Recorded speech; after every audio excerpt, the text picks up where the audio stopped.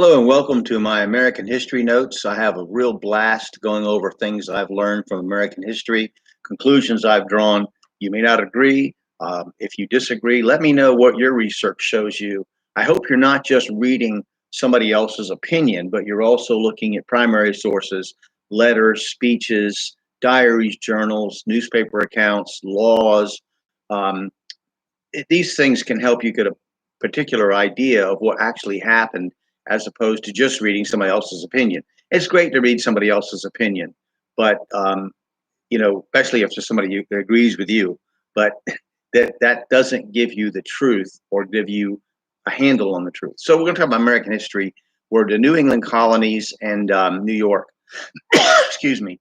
So in addition to the Puritan colonies, two small proprietary colonies were set up in New England, New Hampshire and Maine.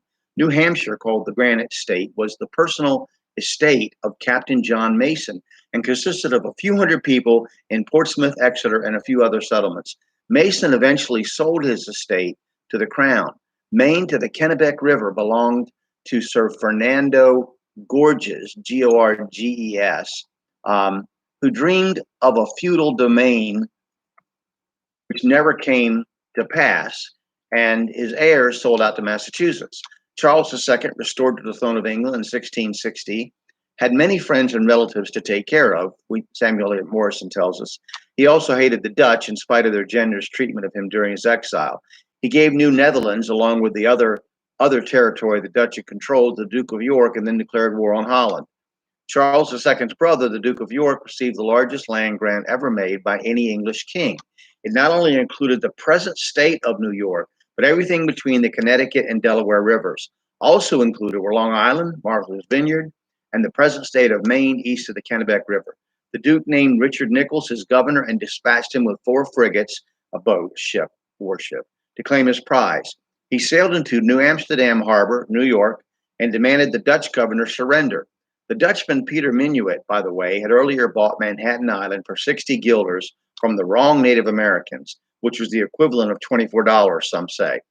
Others say this is a ridiculous myth, although the story is backed up by documents in The Hague, according to a statement made on the History News Network online. The peg-leg Peter Stuyvesant, who had lost a limb while storming a French fort in the West Indies, gave up New York without firing a shot when he was unable to get his citizens to resist the takeover. The English renamed New Amsterdam and called it New York, and Fort Orange they called Albany. Fort Casimir on the Delaware they renamed Newcastle.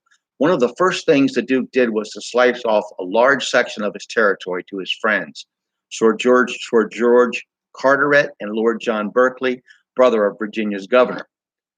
This became the province of New Jersey. Sir George's cousin Philip went to take over the land in 1665 to find the grant inhabited by a few hundred Dutchmen and English Puritans who had settled Woodbridge and Newark.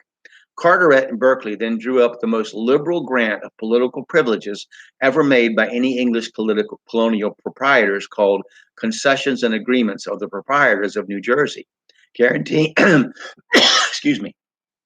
guaranteeing freedom of conscience, a representative assembly, which first met at Elizabethtown in 1668, and generous land grants.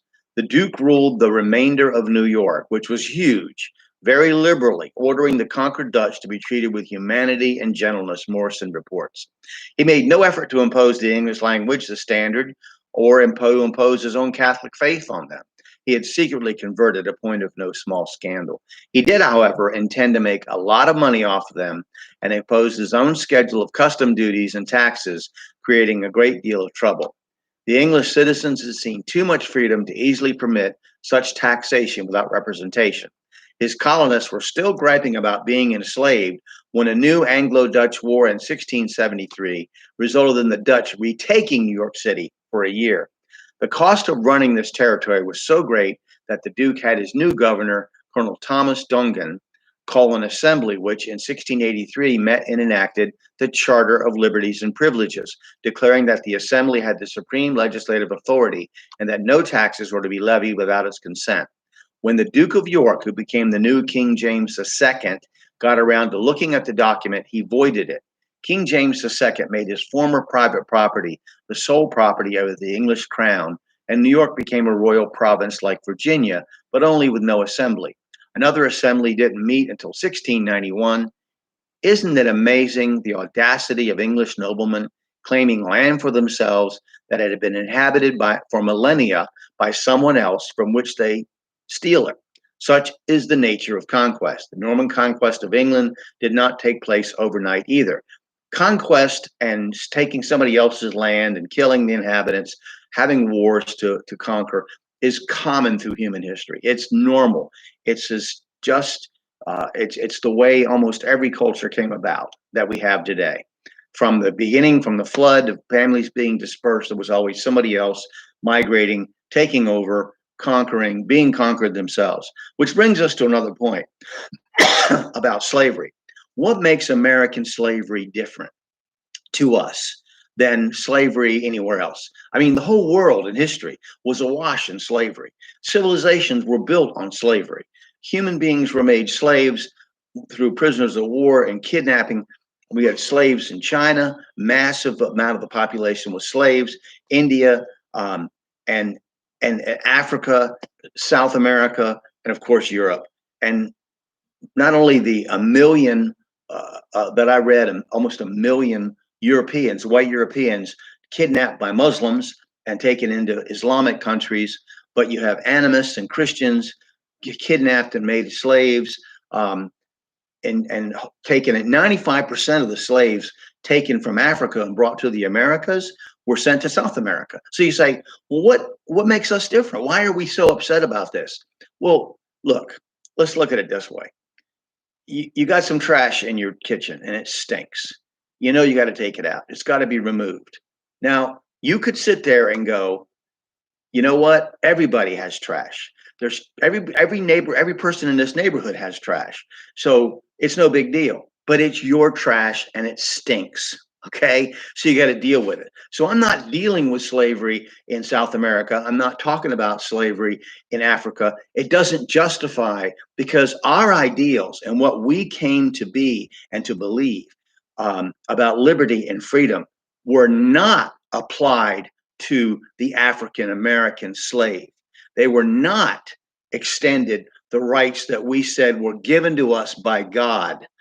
We are a work in progress. And so we have been our ideals and the things that we espouse in our Declaration of Independence and Constitution are things that have been gradually evolving to include everyone. So just want you to get an idea of where I'm coming from when I talk about slavery. All right, let's go to the next one. Next week, we'll continue talking about New York a little bit, or not next week, next time. Thank you very much. Have a good day.